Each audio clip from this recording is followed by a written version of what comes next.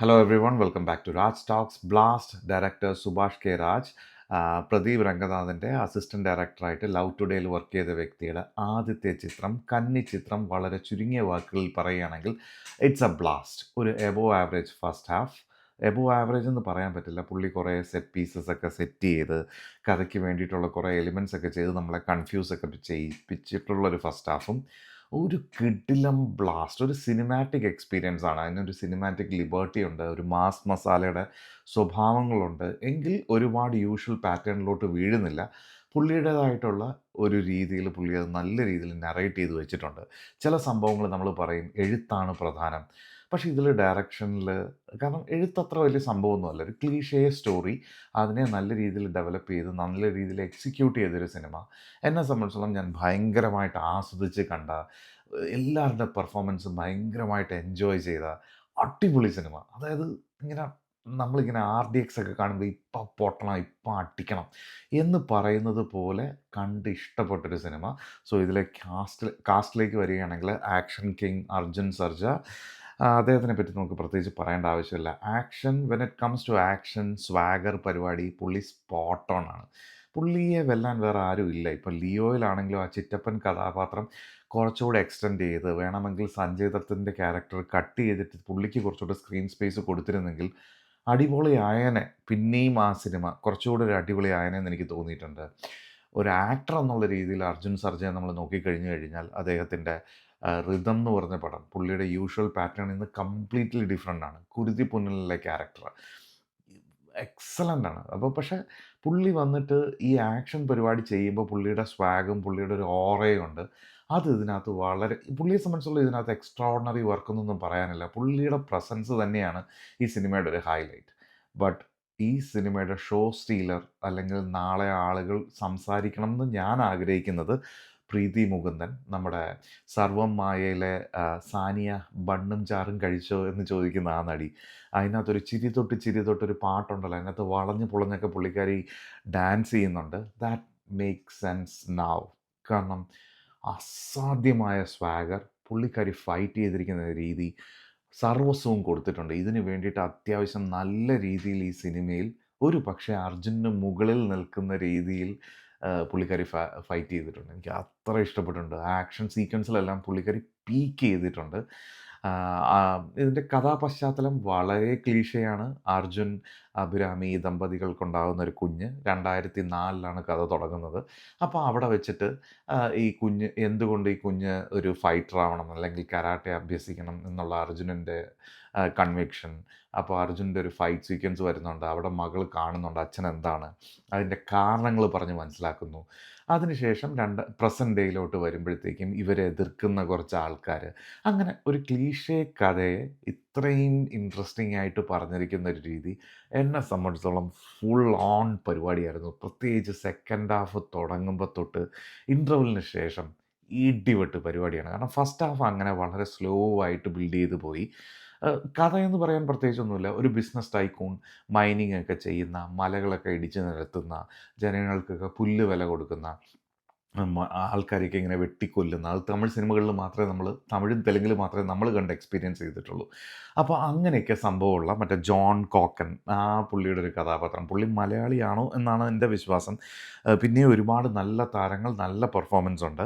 വിനോദ് സാഗർ, ദിലീപൻ ഒരു പോലീസ് ക്യാരക്ടറായിട്ട് വരുന്നുണ്ട്, പവൻ ഒരു റൗഡി ക്യാരക്ടറിൽ വരുന്നുണ്ട്, നല്ല രസമുണ്ട്. വിവേക് പ്രസന്ന, ഇനി അങ്ങോട്ട് പറയുന്നതിൽ തീർച്ചയായിട്ടും സ്പോയിലേഴ്സ് ഉണ്ടാവും. ഇതൊരു മാസ് മസാല സിനിമയാണെങ്കിൽ കൂടെ കുറച്ച് എലിമെൻറ്റ്സ് ഉണ്ട് നമ്മളെ എക്സൈറ്റ് ചെയ്യിപ്പിക്കുന്നത്. അപ്പോൾ സ്പോയിലർ സ്റ്റാർട്ട്സ് നൗ. അപ്പോൾ അതിനകത്ത് ഈ വിവേക് പ്രസന്നയുടെ ഒരു ക്യാരക്ടർ സെക്കൻഡ് ഹാഫിൽ വന്നിട്ടുള്ളൊരു ട്രാൻസിഷനും പരിപാടികളൊക്കെ ഉണ്ട്. അഭിരാമിയുടെ ക്യാരക്ടർ, അതായത് പ്രീതി മുകുന്ദൻ്റെ അമ്മയായിട്ട് വരുന്ന ക്യാരക്ടറിൻ്റെ ഒരു സ്വാഗുണ്ട്. തെരീക്കെ എന്ന് പറയുന്ന അർജുൻ്റെ ഒരു സ്ഥിരം ഡയലോഗുണ്ട്, ധൂ തെരീക്കെ, ഓ തെരീക്കെ എന്നൊക്കെ പറഞ്ഞിട്ടുള്ള പുള്ളി സ്ഥിരം ക്ലീഷയായിട്ട് ഉപയോഗിക്കുന്ന ആ ഡയലോഗുണ്ട്. പക്ഷേ പുള്ളി എപ്പോഴും നമ്മുടെ വിജയ് ഐ ആം വെയിറ്റിംഗ് എന്ന് പറയുന്നത് പോലെ ഈ ഡയലോഗ് പറയുമ്പോൾ അതിനൊരു സ്വാഗുണ്ട്. ആ സംഭവം ഇത്തവണ അർജുൻ പറയുന്നില്ല, അത് അഭിരാമിയാണ് പറയുന്നത്. ഒരു ഫാമിലി മൊമെൻറ്റിൽ പറയുന്നൊരു സംഭവമാണ്. അഭിരാമി പുൾ ഓഫ് ചെയ്തിരിക്കുന്ന രീതി, ഒരു അഭിരാമി ആ ഒരു അമ്മയാവുമ്പോൾ മകൾക്ക് എന്തെങ്കിലും പ്രശ്നം വരുമോ എന്നുള്ള ഒരു കാര്യങ്ങളും ആ ഭയപ്പാടും അതൊക്കെ കാണിക്കുന്നത്.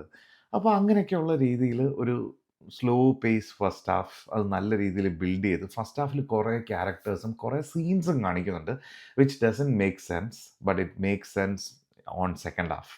അങ്ങനെ നല്ല രസകരമായിട്ട് സിനിമാറ്റിക് ലിബർട്ടിയോട് കൂടി തന്നെ ഡെവലപ്പ് ചെയ്തിരിക്കുന്ന ഇവനൊക്കെ ചാവണം എന്ന് നമുക്ക് തോന്നുന്ന രീതിയിൽ ബിൽഡ് ചെയ്തിരിക്കുന്ന എന്നെ സംബന്ധിച്ചിടത്തോളം എന്താ പറയുക നമ്മളൊരു റിയലിസ്റ്റിക് മൂവി ഒന്നും കാണാതെ നമ്മൾ ഇതിൻ്റെ ലിബർട്ടിയിൽ കാണുമ്പോൾ കറക്റ്റ് ഇമോഷൻ പിക്ക് ചെയ്ത് ഉം, ഈ അവൻ ചാവണ്ടവൻ തന്നെ എന്ന് നമുക്ക് തോന്നുകയും ആ അടിച്ചാടി വെർത്താണെന്ന് തോന്നുകയും അങ്ങനെയൊക്കെ ചെയ്തിരിക്കുന്ന ഒരു പടം.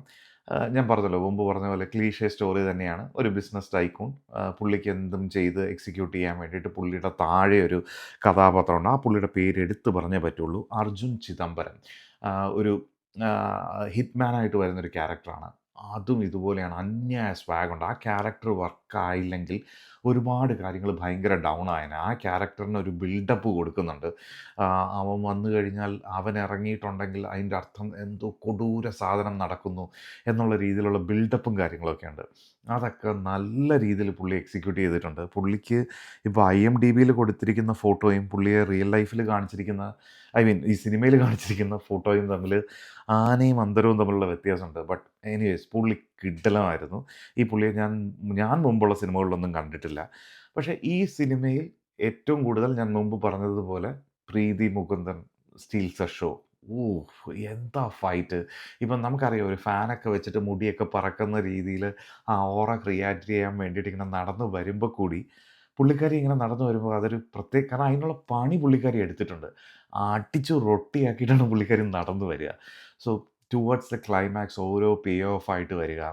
നമ്മുടെ വൈക്കം വിജയലക്ഷ്മി പുള്ളിക്കാരിയുടെ ഒരു വോയിസിൽ ഒരു പാട്ട് വരുന്നുണ്ട്. ഒരു 2 മിനിറ്റ് പോലും ഇല്ല. കാരണം നമ്മൾ ഓരോ ഘട്ടത്തിലും നമ്മുടെ മനസ്സിൽ ഇങ്ങനെ ഒരു ചോദ്യം വരും. അതായത് ഈ കുടുംബം ഇങ്ങനെ ചെയ്യണോ? ഇപ്പോൾ ഫസ്റ്റ് സീനിൽ ഒരു 2004 നടക്കുന്ന ഈ പ്രീതി വിജയൻ്റെ ചെറുപ്പകാലത്തുള്ള കുട്ടിയോട് അതായത് അർജുൻ്റെ മകളോട് അർജുൻ ഒരു കഥ നറേറ്റ് ചെയ്യുന്നുണ്ട്. എൻ്റെ പെങ്ങൾ മരിച്ചു. ആ പെങ്ങൾ മരിക്കുന്നത് ഒരു അബ്യൂസിലാണ്. അപ്പോൾ ആ ഒരു സമയത്ത് എൻ്റെ പെങ്ങളെ രക്ഷിക്കാൻ ആരെങ്കിലും ഉണ്ടായിരുന്നെങ്കിൽ, ആരെങ്കിലും ഒന്ന് തിരിച്ച് ചോദിച്ചിരുന്നെങ്കിൽ എൻ്റെ പെങ്ങൾ ഇന്ന് ജീവനോടെ ഉണ്ടായിരുന്നേനെ. അതുകൊണ്ട് തന്നെ നിൻ്റെ ലൈഫിൽ ആര് വന്നാലും ആർക്കൊക്കെ പ്രശ്നം വന്നാലും അത് നീയുമായിട്ട് ബന്ധപ്പെട്ട ആൾക്കാരല്ലെങ്കിൽ കൂടെ അവരെ നീ ഹെൽപ്പ് ചെയ്യണം. ആ പറയുന്ന പോയിന്റ്. അപ്പോൾ ഒരു പക്ഷേ ആ ഇമോഷണൽ കണക്റ്റ് സെക്കൻഡ് ഹാഫിൽ നമുക്ക് വരണമെന്നില്ല. അപ്പോൾ അതിന് വേണ്ടിയിട്ട് കറക്റ്റായിട്ട് പ്ലേസ് ചെയ്തിരിക്കുന്ന ഒരു സാധനം. ഒരു ലാൻഡ് സ്ലൈഡിങ് പരിപാടി, ഒരു മൈനിങ് കമ്പനി കാരണം ഒരു പ്രദേശത്തെ ജനങ്ങൾക്ക് വരുന്ന കുറേ പ്രശ്നങ്ങൾ. അപ്പോൾ അത് നമുക്ക് കിട്ടുമ്പോൾ എന്താ പറയുക, അത് കാണുമ്പോൾ നമുക്കുണ്ടാകുന്ന ആ ഇമോഷണൽ കണക്റ്റ്, അവനെ കൊല്ലണം എന്ന് തോന്നുന്ന സാധനം, അതൊക്കെ നല്ല കറക്റ്റായിട്ട് എക്സിക്യൂട്ട് ചെയ്തിട്ടുണ്ട്. ഓഫ് കോഴ്സ് ഒരുപാട് സിനിമാറ്റിക് ലിബർട്ടി ഉണ്ട്. കുറേ കൊലപാതകങ്ങൾ ഇതിനകത്ത് നടക്കുന്നുണ്ട്. അതൊക്കെ ഈ സിനിമയുടെ ഫ്ലോയിൽ ഒട്ടും ബാധിക്കില്ല. കാരണം ഇതൊരു പ്രകൃതി പടമല്ല. ഇതൊരു മാസ് മസാല പടമാണ്. എന്നെ സംബന്ധിച്ചിടത്തോളം 100% എനിക്ക് ഇഷ്ടപ്പെട്ട, എൻജോയ് ചെയ്ത് കണ്ട അതായത് ഈ പടം വലിയ രസമൊന്നും ഇല്ലാന്ന് തോന്നിയ ഒരു ഫസ്റ്റ് ഹാഫ് എൻഡ് ചെയ്യുന്നിടത്ത് ഹൈ ആയിട്ടൊരു അടിപൊളി ഫൈറ്റ് സീക്വൻസും കാര്യങ്ങളൊക്കെ തന്നൊരു സെക്കൻഡ് ഹാഫ്.